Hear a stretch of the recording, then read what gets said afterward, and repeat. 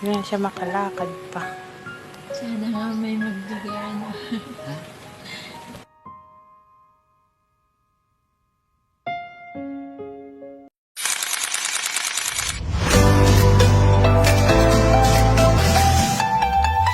Mapagpalang araw, muli andito po ang F21 mission upang maghatid ng pag-ibig at biyaya mula sa ating Diyos. Ang mission na ito ay nakatakda sanang gawin noong August 21, ngunit hindi natin ito naisagawa dahil wala tayo sa probinsya noong mga oras na yon, noong mga araw na yon. Pasasalamat at papuri pa rin sa ating Panginoon at naisakatuparan pa rin natin ang mission sa kabila ng mga pangyayari. At syempre, hindi rin ito maisasakatuparan kung wala ang tulong ng ating mga sponsor.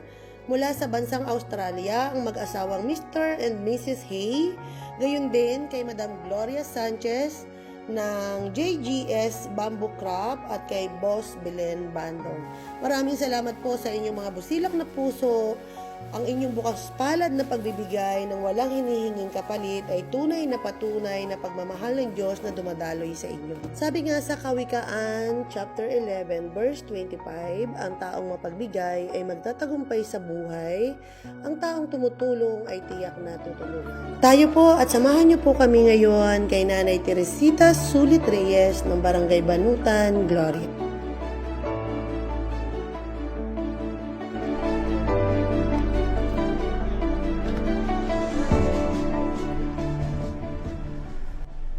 Sulit doon? Yung bahay doon sa tapat lang doon? Yung pagliko niyo dyan? Yung pagliko? Sige. Thank you. Thank you. Si Nanay Teresita Sulit Reyes ay 75 years old at siya ay naninirahan mag-isa dito sa bahay na ito at pinupuntahan lamang ng kanyang kapatid upang magdala ng pagkain o magkasikaso sa kanya. Pero siya ay isang bedridden na at hindi na siya nakakalakad sa kadahilan ng meron siyang diferensya sa kanyang buto. Nag-crack yung kanyang buto sa may balakang. At wala siyang kasamang asawa at wala ring anak. At ang bahay nga na ito na kanyang tinutuluyan ay sa kanyang kapatid. Kami po ay mga F21 mission. Kailangan niyo po siya. Ate ko po. Kapatid. Oo.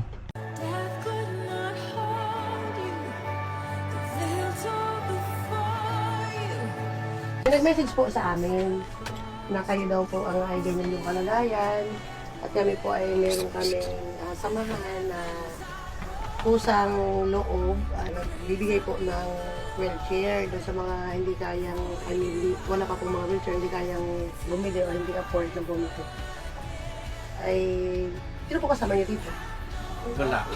Wala siya kasama?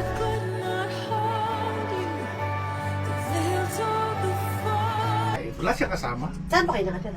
Ito doon sa iba. Sa isang bahay. Doon sa Sa kabila. pamilya, wala po siya. Kami ang mga kapatid niya. I mean, anak, asawa. Wala. Wala. Yung anak niya, nag-ampong kasi yan. Iniwan nung Nasa ganito ng kalagayan na iniwanan na. Iniwanan. Ang tanging hiling lamang ni Nanay Teresita ay magkaroon siya ng wheelchair, diaper, at gas. Si Nanay Teresita ay magtatatlong buwan nang ganito yung kanyang kalagayan at hindi na niya nasisilayan ang labas ng bahay. Kaya naman para sa kanya, ang wheelchair ay malaking tulong upang makalabas-labas. Ito F21 mission po kasi. Ito po ay nasimulan namin na magbigay kasi ako po ay namatayan ng anak na 21 years old pa lang. Isa po sa nakatulong sa akin ay yung kanyang mga salita. Gusto ko rin pong isama sa mission na ito yung maibahagi po at panguna ng aking pastor din. Yung F21 po ay nagbuo ng isang parang organisasyon lang po pero kami po ay hindi man nakaka-register sa SIC kundi ito po ay kusang loob namin ginagawa. At hindi din po naman pang-akit sa relihiyon. Kung may relihiyon kayo, hindi naman namin kayo aakitin. Ang isang paraan lang po ay maipanalangin namin. Kayo yun po ang aming pwedeng maitulong sa inyo.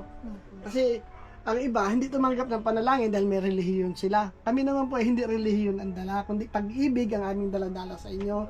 Kasi wala po kaming ibang layunin, kundi ang makatulong at maibahagi sa inyo yung kabutihan ng Diyos. Sa Kanya po ay nakatulong ang panalangin. para maibsan yung kanyang damdamin, kanyang dalahin, at yun po ang isa sa pamamaraan na kayo.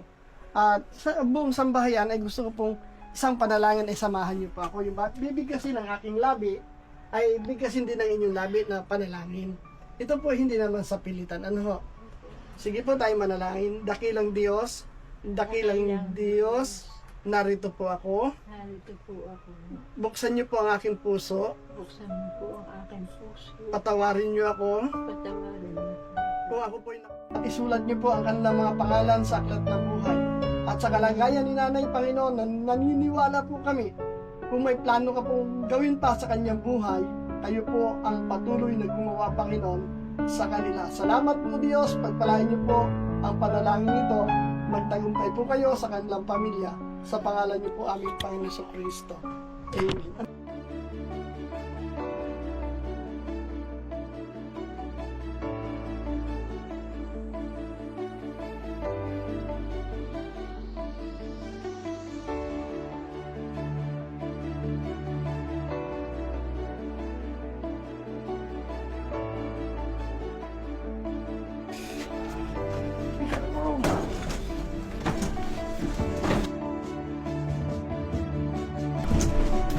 Ito po ang wheelchair.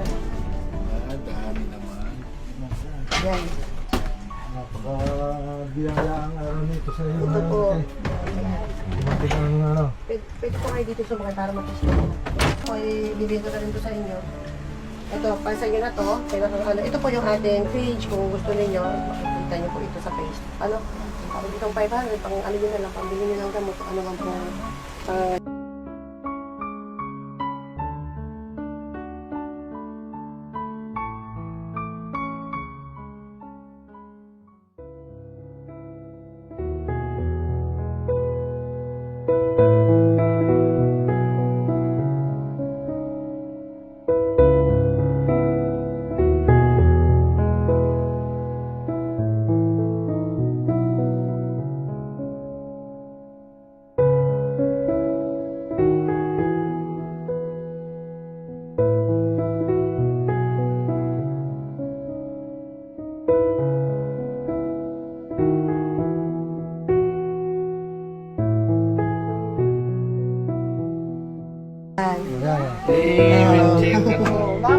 Makakaano. Pwede na po kayong lumabas-labas kahit paano.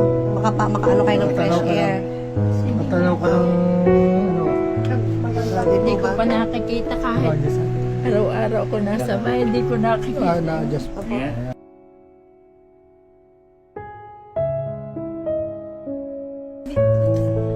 Picture muna tayo pala.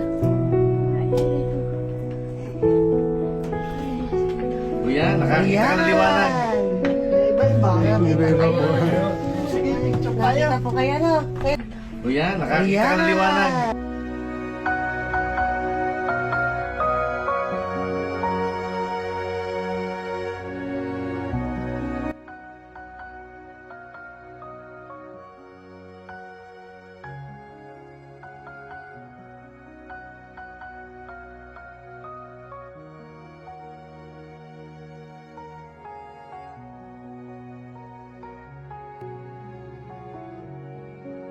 Yung anak niya. Nakakaawa na at walang nagbabantay. Ako, sige po. Ako po yung manual. At yun talaga ang aming tungkulin. Ang makatulong.